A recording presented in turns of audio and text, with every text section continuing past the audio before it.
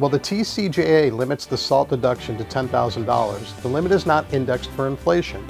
Under the old law, taxpayers could deduct from taxable income all their state and local property tax, as well as either their income or sales taxes.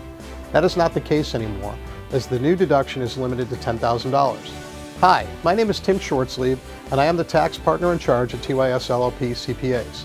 We are a CPA firm with offices in Rochester, New York, Charleston, South Carolina, and Walnut Creek, California, which is just outside of San Francisco. High-income households will be the biggest losers from the SALT deduction cap.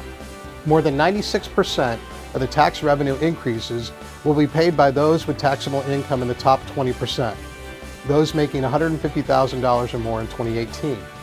However, only about 40% of those in the top 20% would actually pay higher taxes under the SALT limit.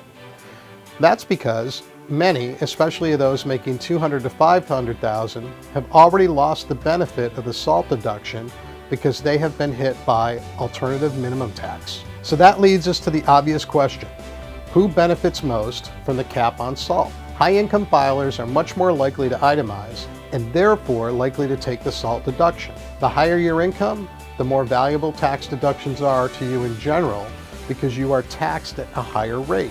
As you might expect, wealthy residents of wealthy states tend to have the highest average deduction for state and local taxes. According to the Tax Foundation, people with incomes over $100,000 receive more than 88% of the SALT deduction benefits.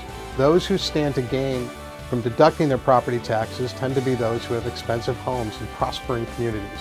Filers who deduct their state and local income taxes tend to be the high earners in thriving states. States and cities with high income taxes also tend to be high opportunity states like California and New York. The good news is lower income individuals would feel less direct impact from reducing the SALT deduction, but they would still be affected indirectly.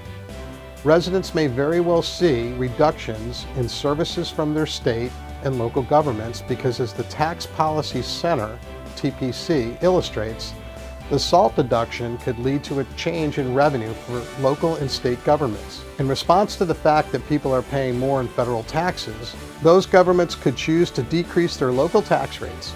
This would leave them with less to spend on government-sponsored programs and services. The average size of the taxpayer's SALT deduction will differ from state to state. Talk with your trusted business partner to learn the specifics about your state and local tax deduction outlook. There is much more to this, and you can read more about it in our series of blogs at tysllp.com. Or if you'd like to know more on how the new tax law will affect you directly, give us a call.